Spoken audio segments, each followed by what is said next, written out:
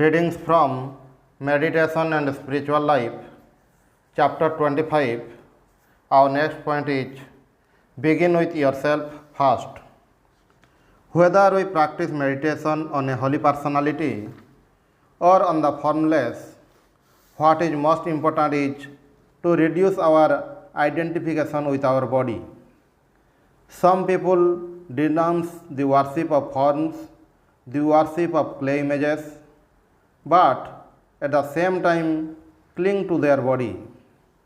For many, their own body is the most adorable thing in this world. This kind of body worship is the worst form of idolatry that there is. And yet, so many people feel superior because they do not worship images of clay. Some people are eager to analyze the nature of God but are not willing to analyze themselves. Before you apply the concept of formlessness or impersonality to God, apply it first to yourself. It is an important law that our concept of reality depends upon our concept of ourselves. So, in order to meditate on the formless God, we must first consider ourselves to be formless. We must depersonalize ourselves first before we try to depersonalize God. This most people won't do. That is why they very often get precious little out of their impersonal meditation. Many people, in the name of formless meditation, allow their minds to get into a torpid state. The attempt to remove all forms from the untrained mind usually results in sleep or sometimes in allowing bad thoughts to take the place of good ones. So, in order to practice formless meditation, begin with yourself first. Look upon yourself as the spirit, as the inner light. By trying to look at the body from inside and thinking of the spirit animating it, our sense of personality is positively minimized, even if thoughts and feelings do not disappear altogether. Again, try to apply this process of looking from within in the case of the forms which appear in the mind and create troubles. The outward form of ours as well as of others is associated with desires and passions which seem to disappear the moment we come to have the inward view. Face plays a great part in our body consciousness. We may look at the face also from within. It becomes easier for us to see the divine in each form by approaching it in a spirit of veneration. First, we have got to develop the personality, and then we must dissolve it as it were into the impersonal. Out of this impersonal will then arise a pure personality, always conscious of and dependent on its origin. That is our higher self.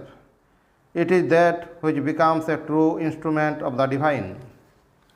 We must learn to think in terms of the soul, never stress the body aspect. Never think of yourself as a man or a woman. Just blast this rotten sense of personality, this meaningless egotism of ours, by bombarding it with some of the grand passages from Sanskara, like, I am neither the mind nor the intellect, neither the ego nor the mind stuff, neither the sense of hearing, taste, smell, touch, or sight, nor am I the elements of earth, fire, or air. I am of the nature of pure consciousness and bliss. I am the Supreme Self. I am the Supreme Self. I am neither male nor female nor neuter. I am the beneficent being, the light supreme. I am neither a human being nor a god nor a demigod. I am neither a Brahmin nor a Kshatriya nor a Vaishya nor a Sudra. I am neither a student nor a householder nor a forest dweller nor a monk.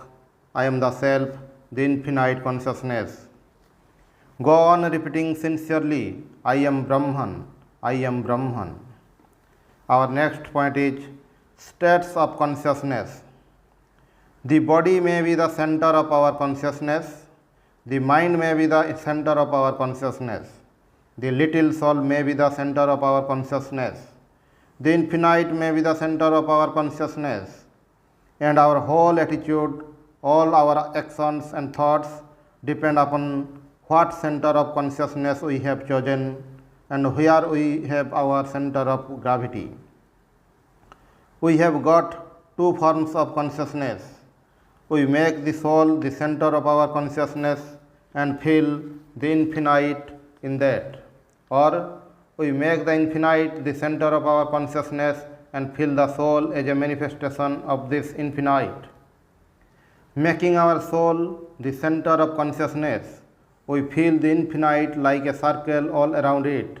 Or making the infinite the center of our consciousness, we feel that the soul is like a point existing in it.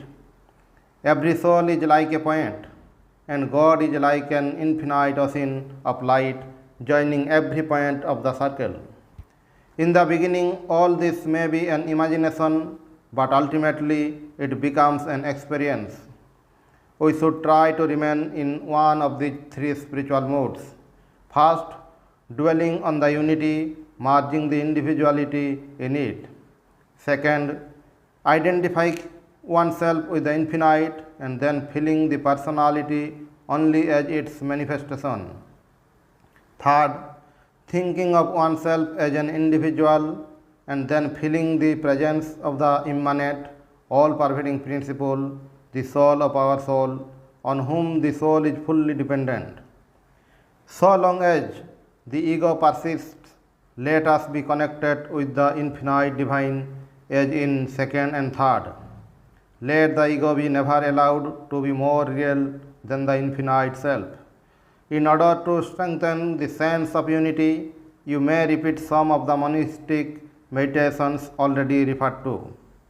Try to soar step by step from the holy form with the noblest attributes, rise to the formless with attributes.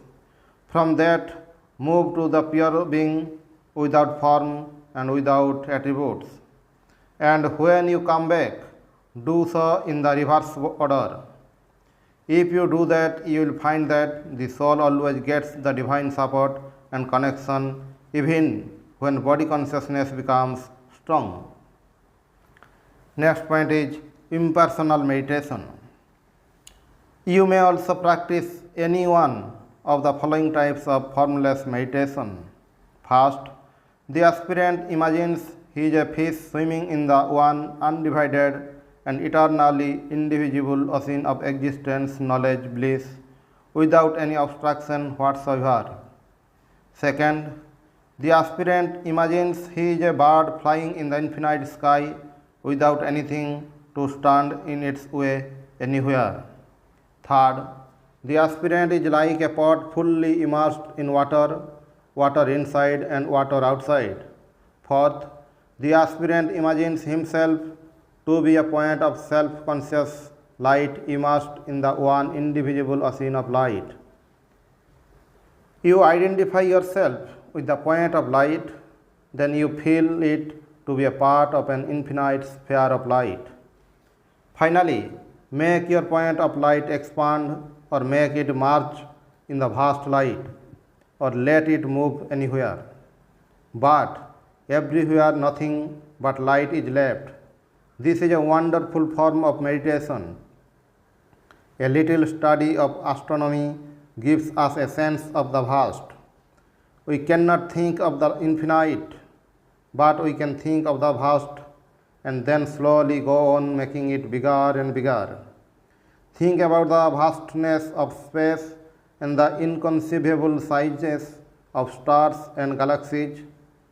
In the Brihadaranyaka Upanishad it is said, the infinite dwells in all the stars and planets. It is inside them and outside them, and the same infinite is in human beings too. Instead of thinking of the finite, the little, the petty, the small, it is better to think of the vast, the infinite, the stars, the solar system, the Milky Way, and the nebulae, which are new star systems in the process of formation, and then dissolve everything, this earth, the sky, the solar systems, everything in the infinite, undivided ocean of light. In the well-known Purusha Sukta, one of the most ancient and sacred hymns of the Hindus, the Vedic Rishi says, all this manifested universe forms only a fragment of the divine glory, such a small bit after all. Whenever our mind shrinks as a result of dwelling on small, petty, mean, trifling things, we should try to think such elevating thoughts. Think of the vastness of the sky, of the vastness of the innumerable solar systems, but see that you think of the divine in such manifestations, the divine in nature, the divine in the sky, not of nature as the divine. Sometimes, for our concentration, we need some definite forms, either anthropomorphic or non-anthropomorphic. Otherwise, concentration is not possible for most people. Without a definite form for an object, we are not able to fix our mind and have it concentrated. Most people are not at any rate able to do so. So, for concentration, something definite, something finite is necessary. In this case, the choice of a finite form is a question of temperament. When we become adepts in concentration, let us try to meditate on the infinite that dwells in the finite. If you are able to connect the infinite and the finite and look upon the finite as a manifestation of the infinite, that meditation is something very grand. But the finite must never be taken as the divine. The aspirant has to see the divine standing at the back of all finite forms, but he should not take the finite forms as the divine. In the first case, he stresses the divine. In the second, he stresses the form, which is very dangerous and leads to delusion. When we meditate upon the finite as manifestation of the infinite, we have both intensity and extensity. Such a meditation is very grand if done in the proper way. In the midst of all this meditation, we should not forget the most important fact of our being souls. Whether we meditate on a finite form or on the formless, we should look upon ourselves as souls. And we should always remember that the divine is more real and vaster than the soul. As Shankaracharya says, O Lord, it is the waves that get merged in the ocean and not the ocean in the waves. So, when all limitations are removed from me, it is I who become merged in thee and not thou in me. Our next point is, be absorbed in the self.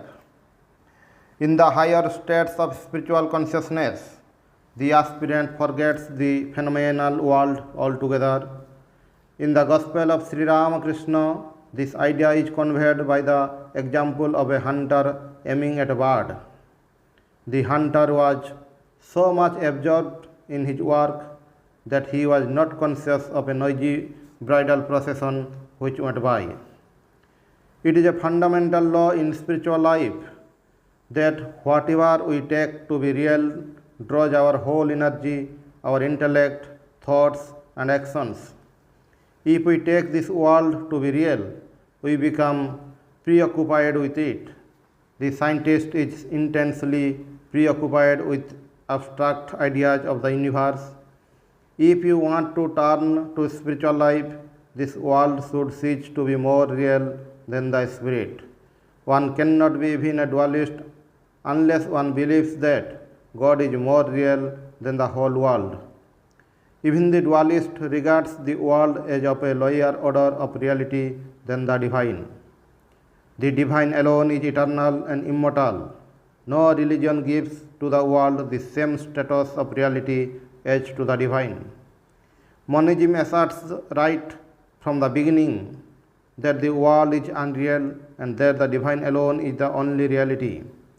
Dualism begins by taking the world to be real and then tries to seek God who gives reality to it.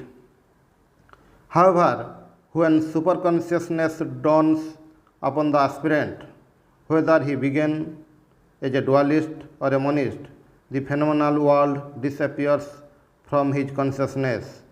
Dualism and monism are terms which refer to the relationship between the soul and the divine. This is an important point to note. Whether the world is real or unreal is not the point in question. What is more important is to stress the greater reality of the divine and establish contact with it. How to connect our individuality with the divine? How to connect the part with the whole? This is our task in spiritual life. And to the extent we succeed in doing that, to that extent we become more spiritual, illumined, free. The secret lies in changing one's concept of oneself. If we identify ourselves with our bodies, then this world and everything connected with it come to us as a matter of course. The divine becomes real to us only when we regard ourselves as souls. How to counteract the thought that we are bodies, that we are men and women, that we are doers and enjoyers? Raise a strong contrary thought current. Make this so intense and vivid that all other wrong thoughts fade away. Every spiritual aspirant, whether he is philosophically a monist or a dualist, must do this. He must regard himself as a self-luminous Atman, unattached to body and mind. He should reflect deeply on this truth until it sinks deep into his personality and transmutes his outlook on life. The secret of attaining purity lies here. The Atman is eternally pure and is our real nature. Without realizing our true nature, we cannot attain real purity, however much we may try. In fact, it is the identification of the Atman with the mind, the senses and the body that is the very basis of all impurity. Next point is, by thinking of the Atman, we become the Atman. The mind is not something conditioned once for all by heredity. Its nature is dynamic and can be changed by proper discipline. It has the tendency to record every form of experience that passes through it until the recorded part becomes our nature, so to speak. By thinking about a bad person, we imbibe his attributes and become bad ourselves. By meditating on a holy personality, we imbibe his purity and virtues and become holy ourselves. This is a psychological law operating in all human beings. This law was discovered in India long ago and has become the basis of all types of spiritual meditations. Even the monist recognizes the value of thus transforming the mind by dwelling on the nature of the higher self. So, you find the follower of the path of jnana meditating on the great Upanishadic dicta like that thou art and I am Brahman, or on the stanzas describing the non-dual experience written by Sankara and other masters. By intensely concentrating the mind on the nature of the real self, one can awaken in oneself the forgotten memory of the self. But intensity of concentration should be there. The whole mind should flow towards the goal aimed at. However, this is not possible unless we have previously purified our mind and brought about a total change in our outlook on the phenomenal world. Without intense dispassion for the world and its pleasures, one cannot turn one's whole mind towards the Atman. The mind in the case of ordinary people is restless. It is being continually drawn out in different directions by the sense objects and is itself driven hither and thither by impulses and desires. Whatever excuses we may put forward for our actions, we have to admit the power of attachment to sense objects. A man who is perfectly unattached to the world can instantly turn his whole mind towards the Atman. By constant meditation, he realizes that he is the Atman and not the mind or the body. In the Bhagavatam, the above idea is conveyed through the lesson that an Avadhuta, that is wandering monk, learned from a cockroach and a wasp. It is well known that the wasp carries cockroaches, caterpillars, spiders, etc. to its nest after paralyzing them with its sting. It then lays eggs near these helpless victims and seals the nest. The grubs that hatch from the eggs eat the insects and grow into wasps. The whole cycle of a wasp's life was not probably discovered in India, but presence of cockroach etc. in its nest was well known, and this had given rise to the popular belief that the cockroach, by intensely meditating on the wasp, became the wasp itself.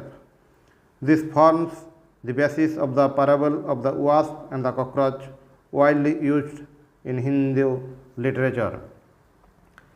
This does not mean that this kind of meditation on the self is a kind of autosuggestions. Though the reality is beyond the experience of the ordinary man's mind, it can be directly realized by the purified mind. Hence, meditation in this case is not on the unreal but on the real. Meditation only prevents the rising of thoughts contrary to the truth, which shines by itself. The Atman is self-luminous and ever present behind all our thoughts. When the thoughts are stilled through concentration and the ignorance covering the Atman is destroyed, the self shines forth. Next point is the double process of worship and analysis. Ordinarily, our thought life and physical life imply complete identification with our gross body and our subtle body, and since it is not possible for us to get rid of this false identification all of a sudden, we should at least see that we minimize it as much as possible and try to lessen this false identification more and more as we proceed towards the goal. The trouble is that at the back of all our emotions there is this idea that we are men and women, that we are personalities and individuals. At the same time, we also feel that we are spiritual aspirants or devotees of God. But this feeling can be made a means of transcending the idea of personality. We may keep the idea that we are aspirants or devotees and may worship a male or female deity. But along with this idea, a certain amount of self-analysis is absolutely necessary, for even the idea of the aspirant and the devotee is ultimately a false conception. Since we are not able to follow the path of out and out self-analysis, we must follow the mixed path. We should worship the divine, looking upon ourselves as devotees, and also try to analyze our personality into the self and the non-self, consisting of gross and subtle bodies, and then try to identify ourselves with the self, drawing ourselves away from the non-self. This is the double process of worship and analysis to be followed by all. For concentration, most of us need a personal divine ideal or a holy personality. But side by side with our meditation on the chosen ideal, we should also try to think of and meditate upon the principle of which this holy personality is a manifestation. Thus, we learn to combine meditations on the personal and the impersonal aspects of the divine. Over and above this, we should have also monastic meditations in which we try to separate ourselves from all that is not self, our bodies, gross and subtle. This course is to be followed by all, and it is very essential that we do this time and again. It is also very essential that we have a fixed set of meditations every time. Theistic and monastic ones and these meditations are to be read and repeated every day without any break or change. I do not know whether this is being done or not, but we should make it a point to do it scrupulously as part of our practices. It is a very necessary item of our sadhana. If on any day one finds one's body consciousness, one's individuality becoming stronger than usual, then one must meditate on some scriptural passages, especially monastic ones, more than ever. One must have more of meditation even if one's mind tries to rebel. We should constantly repeat and remember certain important ideas, some fixed passages again and again. This is far better than having new readings every time. Some of the ideas must be driven deep into us through repeated practice. So, during the distresses and afflictions that come from the phenomenal world, we should consciously try to draw ourselves away from them and move towards the divine in us. Drawing away from the external world is essential for every really spiritual person, whether he turns all the more towards the divine or not. What worldly people do is just the opposite. Without trying to separate themselves from the phenomenal world through discrimination, they try to move towards God. It is not enough if we are able to separate the little personality from our body and mind, but we should try to connect the finite self with the infinite, the individual with the universal. This is all we can do for the present. Is the transcendental, the absolute, the one without a second, is too far off and cannot be reached by us for many, many years to come. We become purer and purer to the extent our identification with our body becomes less and less. And to the extent we become purer, to that extent our identification with our body also becomes less. These two, purification and detachment, go side by side. It is a case of parallel growth and not of a vicious circle. And to the extent our identification with the body is lessened and the process of purification intensified, to that extent we move towards self-realization. In one of the Upanishads, there is this passage, making oneself the lower churning piece and the upper churning piece, and rubbing them together through the practice of meditation, one should see the Lord in his hidden reality.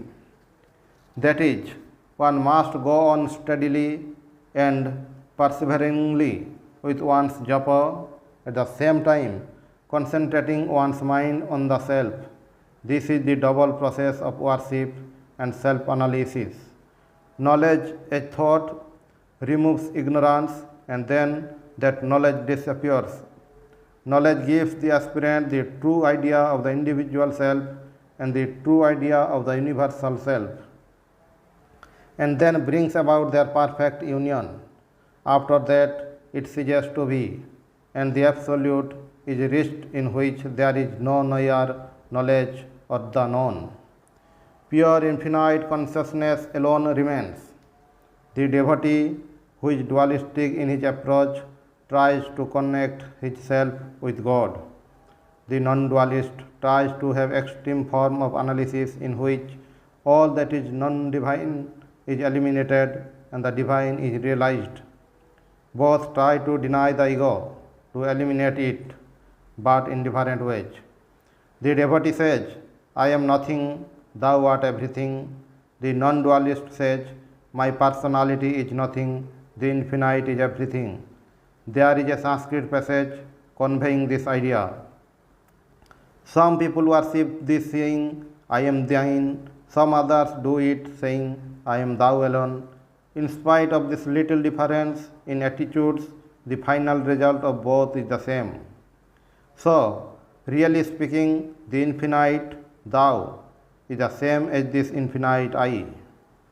Both lead to the same ultimate realization, only the way of expressing it is different. So also is the approach. Om Shanti Shanti Shanti Hari Om.